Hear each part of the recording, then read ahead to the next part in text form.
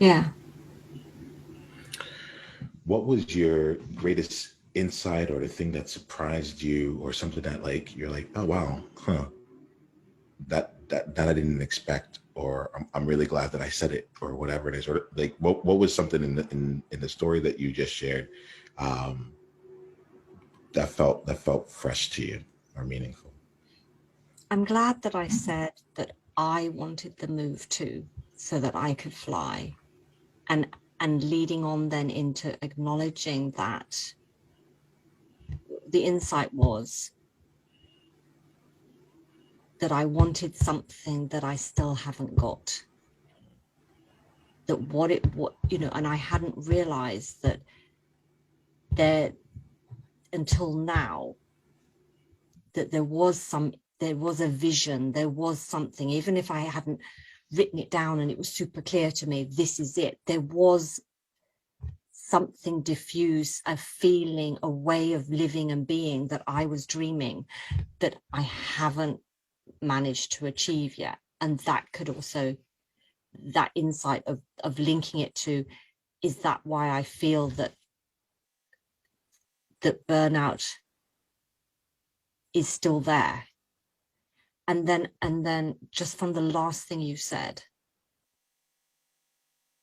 that it isn't maybe about recovery. It's maybe not about coming out the other side. That there isn't maybe a beginning or end, because there's a beginning and end to life. But what happens to us in life, there isn't really a beginning and end. It's just a continuum. And perhaps freeing myself from that as well, that there is an end and therefore I can let go. It is it is it's almost like that burnout has become another layer of my complexity and will be that part of me. And as much as other values, experiences, everything else, is makes us complex as people. It's not something to park, to package, to put over there as, well, that's my story. It's and that kind of feels also sad to say that, because I guess there's a feeling that I would really like to just fix it, solve it. It's like the things that people say is like, oh, you can burn out again, and people say that it goes quicker next time. These things, it's like they come up as demons in my head as well. And it's like that somehow in what I was just saying, although it's bringing up tears and a feeling of sadness in me, that maybe there's something in that though that actually is quite powerful. That there's a level of acceptance of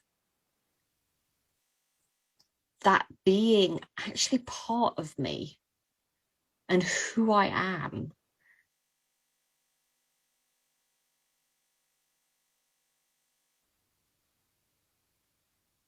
And how, where that sits in me, or how that sort of, I don't know right now. I don't. Yeah, don't like. Yeah, I think this is don't get to that. Like Yeah. we're in the awareness part, and like I said, I don't have any real destination here other than to give you a chance to see this with different perspectives, right? Uh, and part of the thing that comes up through this is that we're excavating and giving you different levels of awareness around this, so you can see it, take it out of the blind spot, and give you a chance to see it, so that when you're out in the world and you find yourself either wanting to create or not creating, or feeling that something's holding you back, or feeling that like something like something's off, you have more that you can look at and be able to identify and say, oh, here it is. This is like the, you have more of those resources available to you in your own toolkit. And look, there's an element of this that, you know I'm going to ask that we hold it open to, this could be you. It could be a part of you. It could have been you for a time, whatever it is. When you talk right now, you remind me of when I meet people, and I'm like, I'm a recovering people pleaser. I'm a recovering people pleaser. I'm not a recovered people pleaser. Every single day, I have to go out in the world and make sure that, like, today, I'm going to show up real. Today, I'm going to show up honest. In this conversation, I'm going to do it. The first like 20 minutes of this conversation, when we're setting up the conversation here, I'm like, someone's going to watch this and be like, why didn't he just jump in? Like, what, like, like, and there was probably part of the reason why when things came up around the definitions at the very beginning, I ended up like stating what I stated, where I'm like, let's not worry about other people. I'm a recovering people pleaser. It is the basis of the business that I have. It is like, and I recognize it because and as such, I use that now to go out into the world and help people like own who they are, while I'm also working in real time on my own people pleasing. Like, this is like, and I have, and there are levels that I have that keep showing up with it. There are levels where I've gotten above it and I'm like, cool, got it, nailed it, like totally got the people pleasing thing down.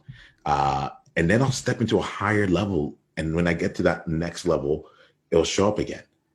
I'm now doing the World Joy movement. There will be some people pleasing that shows up. And I don't know how it's going to show up, but it's going to be something where maybe it starts out as collaboration and then it turns into something more insidious or less me. I don't know, but like from what I have experienced, part of my journey on this earth is to be in the state of recovery around that and continue to consistently own more of who I am. When I say that there, what, if anything, comes up for you? No, that was lovely. I've heard you say this before as well. I'm recovering people pleaser. And then thinking, wow, that's a great way of, I am a recovering hyperachiever, or came up in my head, because that was, I think, that's what drove me. I like how it's hyperachiever, not just high achiever. Like, it has its own space. It's like there's something that's there. Oh yeah. It was over. It was too much, and so that kind of was like, oh right, because you see, then that I was thinking while you were saying that, I'm like, oh right, because then that means the answer to the question that you asked me, what if, or when do I know that I'm good, that I've got this, and it's like, and I said, like, well, maybe never, because that's life. And then realizing that's part of being the recovering part of it, is that is my dark side, and that is there, and that's part of me. And to redefine it like that's actually really interesting. Yeah. Continue to allow it to like expand. Like, this is why we're playing the game this way, right? Nothing we're saying is absolute truth, but for you to be able to have access to that as a potential way of being, as a potential way of being in there. And I think about you, I think about your clients. I think like we've had conversations around how you've given in spaces, and then like, and like, it's like, wait a minute, there are things there are actions that you take to and like to mitigate against one element of the other. And it's like, I'm glad that you put this down here. I'm glad that this is now a part of our relationship here, because it gives us a chance to be able to see, okay, what additional tools can I take on my journey of being a hyperachiever? Look, here's the thing. I'm a recovering people pleaser, but like, one of the things that's big for me is like, I just realized that I wasn't pleasing people at a high enough level, right? I'm still a people pleaser.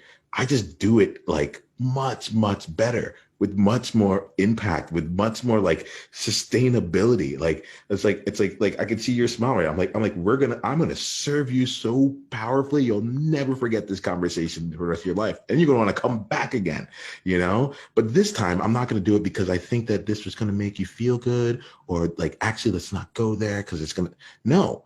I'm going to like carve out the path for us to go exactly to the places that we wouldn't normally be able to go. And I'm going to say the things that are uncomfortable for me. And in this conversation, it was not saying anything, and just letting it out. Like, the people pleaser in me would have been like, mm-hmm, oh yeah, uh-huh. Yeah. Silence.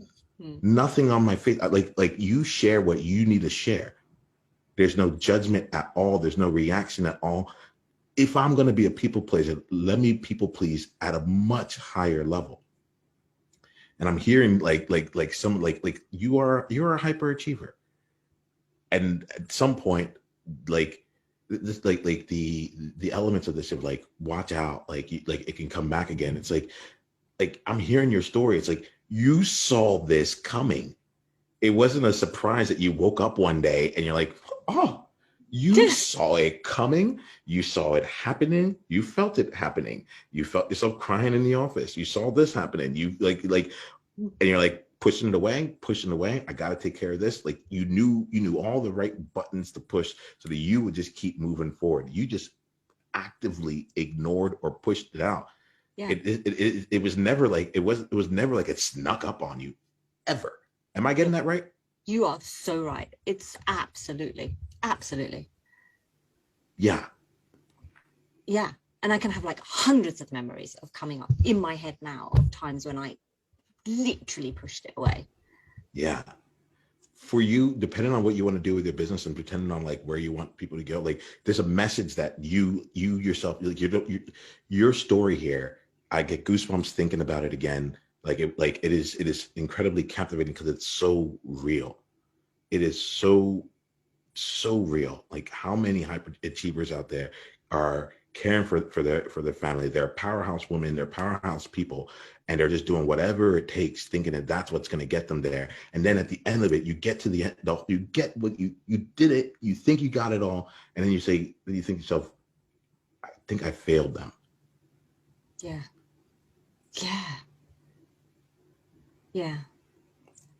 Sometimes we hear these stories and they're talking about what is it? If you climb the ladder of success only to find out it's on the wrong wall. Yeah. Like, you have your own version of this.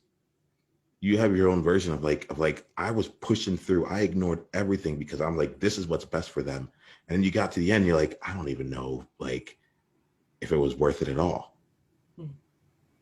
Yeah. I can have that thought. Absolutely.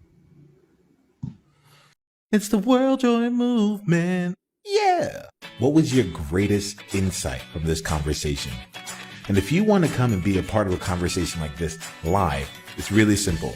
Just go to beworldjoy.com and come introduce yourself, and let's take the conversation to the next level, because you're there now. All right, let's play.